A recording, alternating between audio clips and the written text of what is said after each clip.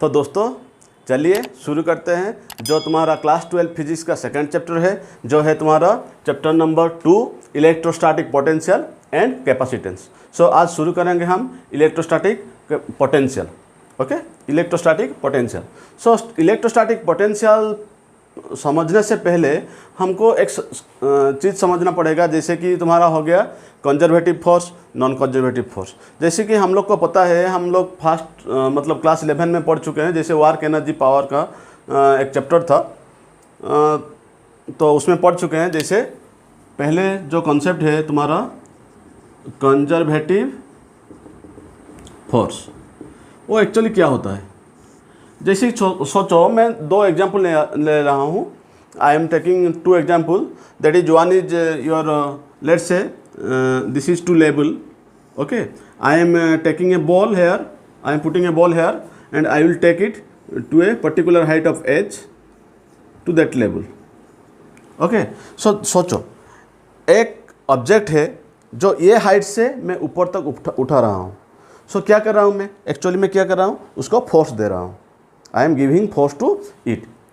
मतलब क्या है, जब मैं हाइट को उठा रहा हूँ, इधर से छोड़ दूंगा तो ये क्या होगा, नीचे गिर जाएगा। क्यों गिर जाएगा? Due to gravitational force. ये आप सबको पता है। बट मैं जो फोर्स दे रहा हूँ वो just opposite to gravitational force है। ओके, जितना मैं एक्सटर्नल फोर्स दे के इसको अपोजिट डायरेक्शन, ग्रेविटेशनल फोर्स के अपोजिट डायरेक्शन में ले रहा हूँ, उतना उसमें पोटेंशियल एनर्जी स्टोर हो रहा है। जब मैं इसको रिलीज कर दूंगा तो वो पोटेंशियल एनर्जी क्या हो जाएगा, तुम्हारा काइनेटिक एनर्जी में कन्वर्ट हो जाएगा। ये हो गया तुम्हारा वन टाइप का फोर्स, जो होता है तुम्हारा gravitational force. Okay, so this is part 1। Next part I can take example, that is called spring force. If I will take a spring here, okay, इधर एक मैं मास रख लूँ, उसके बाद इस मास के ऊपर मैं एक फोर्स दूं जो F एक्सटर्नल बोलता हूं, F external. After this force this mass will be shifted to here and it will move here. Okay, तो जितना जितना मैं एक्सटर्नल फोर्स दूंगा वो मास क्या होगा, तुम्हारा स्प्रिंग को स्क्वीज करेगा। When I will release this mass then the spring will put it away. Okay, इसको बाहर फेंक देगा। तो मैं एक्चुअली क्या कर रहा हूँ, मैं एक्सटर्नल फोर्स देके उसके ऊपर एक एनर्जी स्टोर कर रहा हूँ। किसके ऊपर? मास के ऊपर। जो एनर्जी है तुम्हारा पोटेंशियल एनर्जी, जब मैं रिलीज कर दूंगा वो मास को, वो फोर्स को, तो ये मास क्या होगा, तुम दूर चला जाएगा ड्यू टू दिस एनर्जी। ये जो दो टाइप का फोर्स मैंने बताया, इसको बोलते हैं conservative force. Like this force, एक फोर्स और है जो हम पढ़ेंगे इलेक्ट्रिक फील्ड में, जो हम पढ़ेंगे इलेक्ट्रिक पोटेंशियल। वो क्या होता है कि उसका कॉन्सेप्ट समझाता हूँ। जैसे कि सोचो, ये दोनों फोर्स हो गया तुम्हारा कंजर्वेटिव फोर्स। ओके, इसी टाइप का एक फोर्स और एक प्रॉपर्टी है। हाँ, ये देख लो, कंजर्वेटिव फोर्स का एक प्रॉपर्टी है, जैसे कि वो बोलते हैं कि जो वर्क डन होता है ना, this is the difference of energy. जैसे कि मैं एक ऑब्जेक्ट को इधर से इधर पुट किया, ए से बी तक ले गया। ओके, जैसे कि मैं लिखा कि ये ए पॉइंट में तुम्हारा एनर्जी हो गया UA potential energy, and B point में तुम्हारा पोटेंशियल एनर्जी हो गया यूबी। सो तो according to work energy principle, तुम लोग को पता है कि work done by the body is equal to the energy difference, that is final energy minus initial energy. Okay, जैसे कि मैं कौन सा पाथ फॉलो किया, इट डज नॉट मैटर। मैं इसको ऐसे डायरेक्ट ले जाऊं और इसको ऐसे ऐसे घुमा के ऐसे ले जाऊं इधर, और इसको ऐसे ले जाऊं, इससे ले जाऊं, ऐसे ले जाऊं, कोई मतलब नहीं। जैसे इसको मैं ऑब्जेक्ट को ऐसे ले जाऊं, ऑब्जेक्ट को ऐसे घुमा के ऐसे घुमा के ऐसे घुमा के ऐसे ले जाऊं, it does not mean nothing, it does not mean anything. Okay, so ये पाथ के ऊपर डिपेंडेंट नहीं है। ये एक तुम्हारा इंपॉर्टेंट कॉन्सेप्ट है। जैसे कि जो मैं बोला ग्रेविटेशनल फोर्स एंड तुम्हारा spring force, these are two conservative force which will not depend on the path, it will just depend on the initial point and final point. The work done on the object will be depend on the initial point and final point. Okay, we have to remember this. then we will proceed towards the electric potential और electrostatic potential. So ये electrostatic potential में क्या होता है कि देखो मैं एक चार्ज लिया, ओके एक चार्ज लिया जो है तुम्हारा capital Q. Let's say I am taking a positive charge, okay I am taking a positive charge here, so I will call it source charge, source charge, okay I will call it a source charge. So देखिए ये source charge के वजह से जो field आएगा तुम्हारा वो होगा, let's say this is the direction of electric field. Okay तो हम लोग को पता है क्या है, ये एक चार्ज है तो उसके चारों तरफ क्या है तुम्हारा इलेक्ट्रिक फील्ड है. तो इसमें हम क्या करेंगे, लेट मैं चूज कर रहा हूं 2 point, I will take 2 point, that is point A you can say, second point is point B. Okay so मैं क्या किया, एक छोटा सा टेस्ट चार्ज लाया जो मैं लिख सकता हूं Q0, जो इसको बोलूंगा टेस्ट चार्ज. देखो ये है पॉइंट चार्ज, ये है टेस्ट चार्ज जो very small dimension, test charge. Okay this is called test charge having very small dimension. Okay तो मैं क्या करूंगा, देखो हम लोग को पता है from Coulomb's law, from electrostatic force, जैसे कि Q के वजह से Q0 के ऊपर एक फोर्स आएगा जिसको हम बोलेंगे तुम्हारा इलेक्ट्रोस्टैटिक फोर्स, इलेक्ट्रोस्टैटिक फोर्स. सो तो फोर्स आएगा Q0 के ऊपर, वो फोर्स आएगा क्या, in the direction of electric field, as because I am taking here Q0 as a positive charge, very small positive charge. This is for the observation point of view. Okay so here I am taking very small point charge. So इसका ऊपर जो force आएगा वो force क्या होगा तुम्हारा electrostatic force, जिसको हम बोलेंगे force due to electric field. वो फोर्स क्या होगा तुम्हारा Q0E. मैं चैप्टर 1 में ये पढ़ा चुका हूँ आप लोग को. Okay this force is equal to Q0E. अभी मुझे क्या करना है कि मुझे ये Q0 चार्ज को against the electric field A to B point लाना है, against the electric field A to B point लाना है. सो मुझे क्या करना पड़ेगा, मुझे एक फोर्स देना पड़ेगा. वो फोर्स को मैं ऐसे लूँगा just opposite to this electric field. This is the force external, I can say this is external force. तो ये फोर्स मुझे ऐसे देना पड़ेगा कि मुझे ये जो magnitude of this force F external must be equal to magnitude of F electrostatic. क्यों, क्योंकि मुझे कोई दूसरा टाइप का एक्सीलरेशन नहीं चाहिए, मुझे पूरा स्लोली इसको लाना है, Q0 को लाना है पूरा स्लोली, एकदम स्लोली लाना है. तो इसको B की तरफ लाना है, जिसका मैं एक्सीलरेट नहीं करूंगा, जिसको मैं एक्सीलरेट नहीं करूंगा उसको जस्ट कांस्टेंट स्पीड में मूव कराऊंगा from A to B. Okay so जब मैं एक कांस्टेंट स्पीड में A टू B को मूव कराऊंगा तो मैग्नीट्यूड ऑफ क्या हो जाएगा, अभी मैं बोल सकता हूं F external is equal to minus of F electrostatic. Why minus? This is the force, electrostatic force. This is the external force. So direction of electrostatic force and external force is opposite direction. That's why I have given here minus, and magnitude are same. I am just applying the magnitude of the force is Q0E. Okay so this is the external force. अभी हम लोग का पता है कि work done क्या होता है, तो हम लिखेंगे work done in moving a charge, work done in moving a charge from A to B.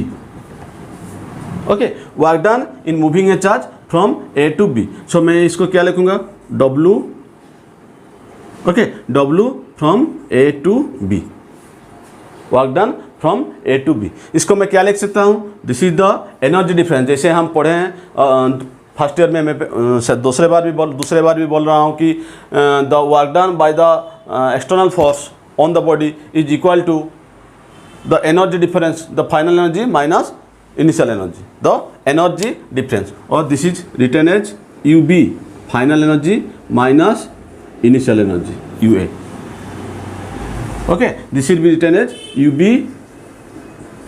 और जो due to electric field B point में जो तुम्हारा एनर्जी होगा लेट से यूबी, ए पॉइंट में जो एनर्जी होगा let say this is UA.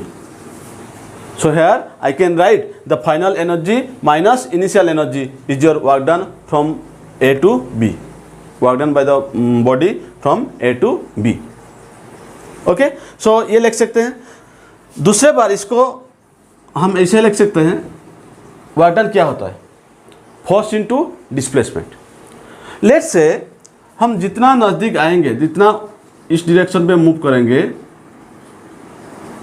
तुम्हारा डिस्प्लेसमेंट क्या होगा, बढ़ते बढ़ते जाएगा. सो मैं क्या करूँगा कि छोटा डिस्प्लेसमेंट लूँगा, क्योंकि देखो जितना आगे आएंगे उसका फोर्स का वेरिएशन होगा. इसीलिए I will assume here a small displacement dx. I will assume here a small displacement dx. Okay, a small displacement dx. So मैं क्या इधर लिखूँगा, जो वर्क डन तुम्हारा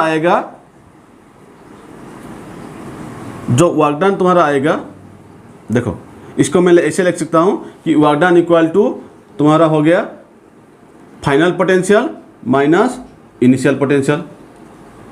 सो इधर जो वर्क डन आएगा हम क्या लिखेंगे, एफ एक्सटर्नल, ओके, जो तुम्हारा इनटू dx. देखो तुम लोग को पता है कि वर्क डन क्या होता है, तुम्हारा dot product of force and displacement. But देखो इधर मैं एक्सटर्नल फोर्स जहाँ दे रहा हूँ, डिस्प्लेसमेंट सेम डायरेक्शन है, इसीलिए theta equal to 0 degree. That's why I have written here E external dot ds. और you can write like this, E external vector dx vector that is equal to E external dx cos 0 degree that is equal to, you can write sorry F external not E, F external into dx.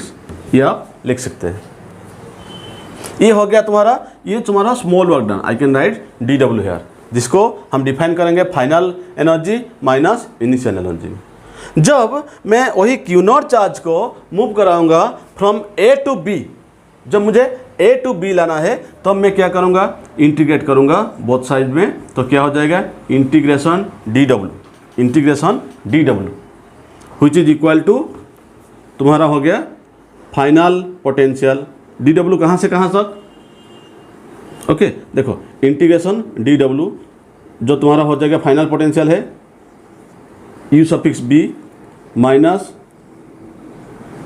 Initial potential energy है तुम्हारा u suffix a, क्योंकि हम a point से b point तक आ रहे हैं.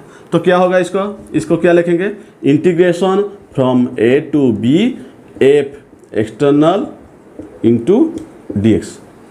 इसको हम ऐसे लिख सकते हैं. तो ये क्या हो जाएगा तुम्हारा, ये हो जाएगा तुम्हारा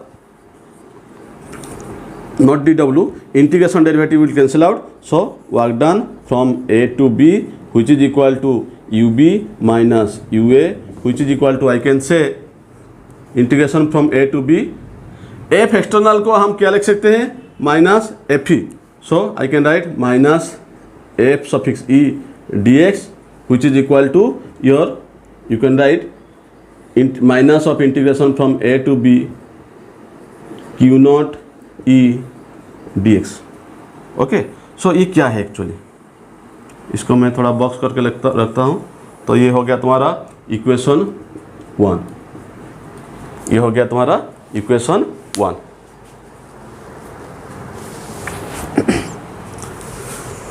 सो देखो तो ये क्या है, this is work done by the external force on a charge q naught to move it from a to b, जिसको बोलते हैं हम electrical potential energy difference between two point. इसको हम क्या बोलते हैं, electrical potential energy difference between two point. So I will draw it here.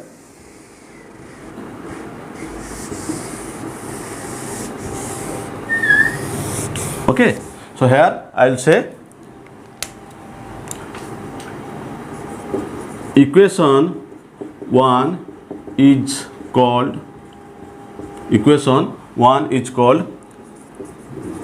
electrical potential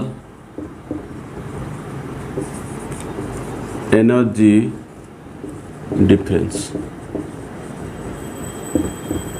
okay, इसको बोलते हैं इलेक्ट्रिकल पोटेंशियल एनर्जी डिफरेंस। तो how can I define this, how can I define this, इसको मैं कैसे डिफाइन करूंगा? सो मैं लिखूंगा इसे कि the work done by moving a charge Q naught from one point to another point against the electric field. The work done to move a charge Q naught from one point to another point on the electric field, you can say. So here I will write electrical potential energy difference. अभी हम दूसरा concept में जाएंगे। जैसे कि हम बोल सकते हैं, ऐसे तो नहीं कि इलेक्ट्रिक फील्ड में एक चार्ज क्यू नॉट चार्ज ऐसे ए प्लेस में आ गया, तो ए तक लाने के लिए भी मुझे कुछ वर्क डन करना पड़ेगा, क्योंकि ऐसे नहीं कि ए से तुम्हारा इलेक्ट्रिक फील्ड शुरू होता है। इलेक्ट्रिक फील्ड पूरा इन्फिनाइट तक लंबे मतलब फैला होता है। सो मुझे क्या करना पड़ेगा कि मैं I will just forget about the point A. Okay, so A point को मैं इन्फिनाइट डिस्टेंस तक ले जाऊंगा, ए पॉइंट को मैं इन्फिनाइट डिस्टेंस तक ले जाऊंगा। तो क्या हो जाएगा तुम्हारा, मैं क्या बोलूंगा, the work done to move a charge from infinite to a point in presence of electric field, from infinite distance to a point in presence of electric field is called electric potential energy at that point. जैसे कि मैं बोलूंगा कि Q naught charge को मैं infinite distance से B point तक लाऊंगा, जितना वर्क डन होगा उसको हम बोलेंगे electric potential energy at that point. So इसका फॉर्मूला मैं कैसे लिखूंगा देखो। सो देखो, इसी फॉर्मूला के बेसिस में मैं लिखूंगा कि work done to move a charge from infinite to B, work done to move a charge from infinite to B, इसको मैं क्या लिखूंगा, final energy minus initial energy. Initial energy क्या है, energy at infinite. Energy at infinite क्या होता है, इसको थोड़ा समझा देता हूं। जैसे कि एक स्कूल है, मुझे एक बुक शॉप खुलना है। So what I will do है, I will open a book shop near a school. My friend will open a book shop 5 kilometers away from the school. So whose potential is larger? Okay, जो school का नज़दीक होगा उसका potential larger होगा। जैसे कि इधर एक सोर्स चार्ज है, तो बी पॉइंट है सोर्स चार्ज के नज़दीक है, ए पॉइंट सोर्स चार्ज से दूर है, तो potential of B is greater as compare to A. अगर ए को मैं इन्फिनाइट डिस्टेंस तक ले जाऊंगा तो उधर का जो पोटेंशियल एनर्जी क्या हो जाएगा, जीरो हो जाएगा। इसीलिए here I will put also U infinity equal to zero, whatever in the next step I will put it. तो that's equal to I can write minus of integration of A naught A, that is infinite to B. Okay, infinite to B E D X, इसे लिख सकते हैं। Okay, we can also write like this. तो ये तुम्हारा क्या हो जाएगा, एफ डी एक्स को मैं इसे लिख सकता हूँ कि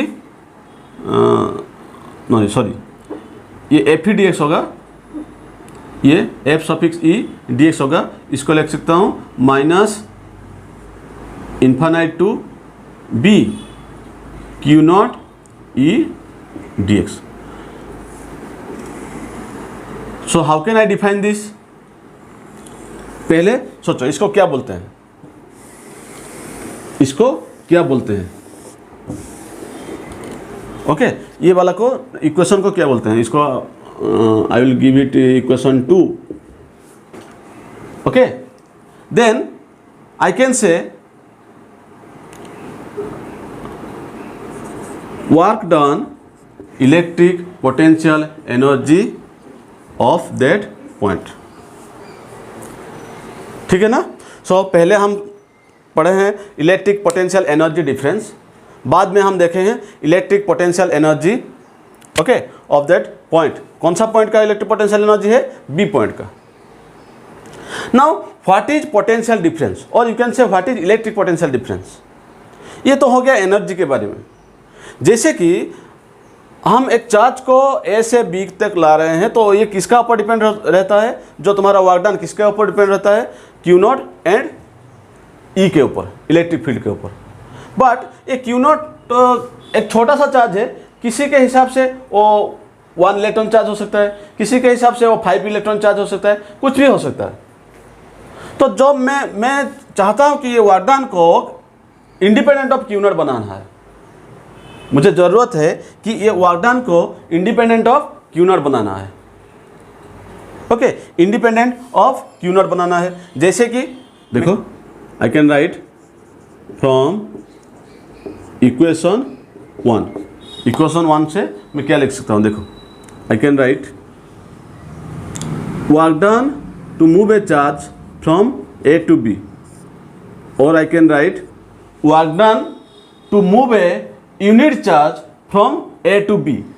देखो, पहले मैं क्या बोला था? Work done to move a charge Q naught from A to B. But मुझे कौन सा चार्ज चाहिए वो मुझे थोड़ा उसमें फोकस नहीं करना है। मुझे क्या करना है कि सोचो मैं एक यूनिट चार्ज को ला रहा हूँ, बस that's it.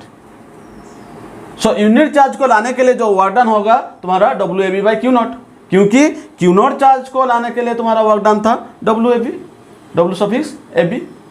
So here I will write work done to move a charge from A to B, move a unit charge, is equal to energy difference, final energy minus initial energy by Q naught, which is equal to your, you can say, integration A to B क्या हो जाएगा? E dx, क्यों E dx हो जाएगा? क्योंकि Q not तो इधर divide हो गया ना, okay.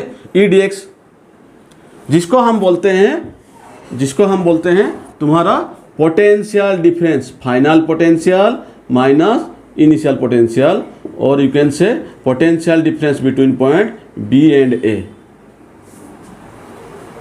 Final potential minus initial potential, इसको बोलते हैं potential difference between 2 point B and A, okay. So ये हो गया तुम्हारा potential difference between 2 point, okay. ये हो गया तुम्हारा equation number 3, potential difference between 2 point. अभी हम इसको नहीं बोलेंगे पोटेंशियल एनर्जी डिफरेंस, बिकॉज ये क्या कर रहे हैं, हम एक यूनिट चार्ज को 1.2 अंदर पॉइंट ला रहे हैं, तो हम ऐसे बोल सकते हैं work done per unit charge, work done per unit charge is called your potential difference, okay. So here I will write the statement, work done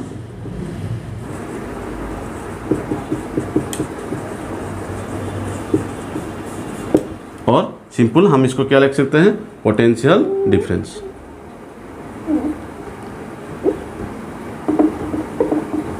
okay ना, okay. You can write here this is electric potential difference, और इसको हम simple potential difference भी बोल सकते हैं। So equation 3 हो गया तुम्हारा इलेक्ट्रिक पोटेंशियल डिफरेंस और potential difference, okay. Now I will right, अगर एक यूनिट चार्ज को मुझे पोटेंशियल डिफरेंस नहीं चाहिए, मुझे पोटेंशियल एट ए पॉइंट चाहिए। सो how can I define potential at a point? So how can I define potential at a point?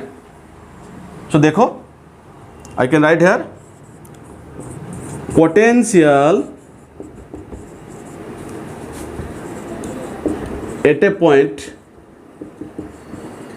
और इसको आप लिख सकते हैं इलेक्ट्रिक पोटेंशियल फील्ड,